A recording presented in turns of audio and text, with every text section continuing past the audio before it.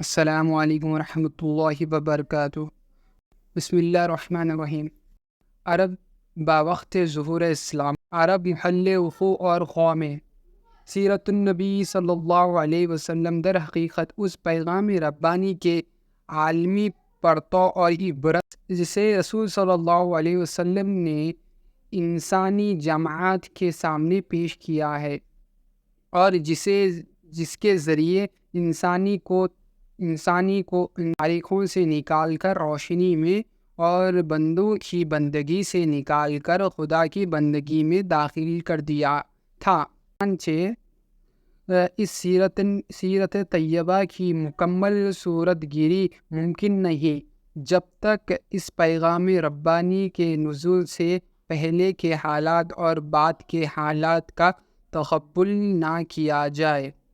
اس لیے اصل بحث سے پہلے پیش نظر بعد میں اسلام سے پہلے کی عرب قومی اور ان کے نشو نما کی کیفیات بیان کرتے ہوئے ان حالات کے خاکہ پیش کیا جا رہا ہے جن میں رسول صلی اللہ علیہ وسلم کی بعثت ہوئی تھی۔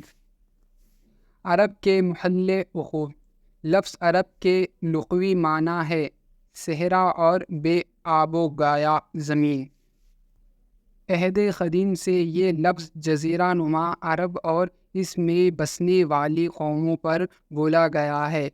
عرب کے مغرب میں بحر احمر اور جزیرہ نما سینا ہے۔ مشرق میں خلیج اور جنوبی عراق کا ایک بڑا حصہ ہے۔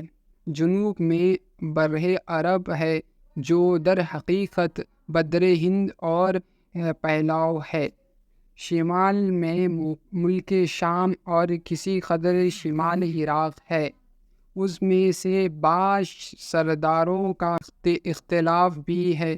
کل رقبے اور اندازہ 10 لاکھ سے لے کر 13 لاکھ تک مربع میل تک کیا گیا ہے۔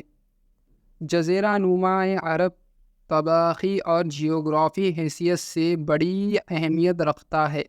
اندرونی طور پر یہ ہر چہر جانب سے صحرا اور ریگستان سے گھرا ہوا ہے۔ اس کی بدولت یہ ایسا محفوظ قلعہ بن گیا ہے کہ بیرونی قوموں کے لیے اس پر قبضہ کرنا اور اپنے اثر و نفوذ پھیلانا سخت مشکل ہے۔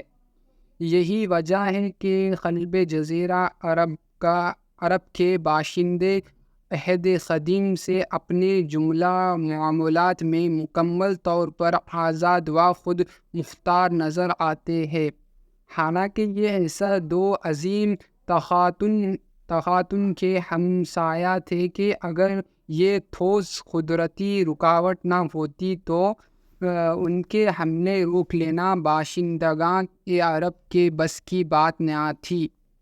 بیرونی طور پر جزیرہ نما عرب پرانی دنیا کا تمام معلوم بر اعظموں کے بیچوں بیچ واقع ہے، اور خشکی اور سمندر دونوں رستوں سے ان کا ساتھ جڑا ہوا ہے۔ اس کا شمال مغربی گوشہ بر اعظم افریقہ میں داخلی کا دروازہ ہے۔ شمال مشرقی گوشہ یورپین کی کنجی ہے۔ مشرقی گوشہ ایران، ویسٹ ایشیا اور مشرق یہی دروازہ کھلتا ہے اور ہندوستان اور چین تک پہنچتا ہے۔ اسی طرح ہر بر اعظم سمندر کے راستے بھی جزیرہ نما عرب سے جڑا ہوا ہے اور ان کے جائز عرب بندرگاہوں پر براہ راست لنگر انداز ہوتے ہیں۔